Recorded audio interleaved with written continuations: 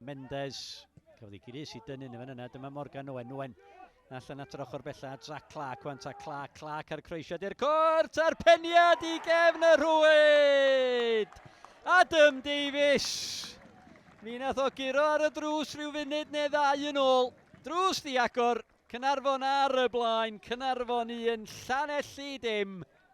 Goset, chwipio'r gic gornel at y postyn gosa, mae Mendes yna, mi oedd Davies yna, a mae i gefn y rwyd, a mae'r dyfarnwr yn dynodi nad oedd na lawio yna. 3 munud a hanner o'r ail hanner, pedair i ddim i Gaernarfon, a mae Llanelli ar chwal yn llwyr.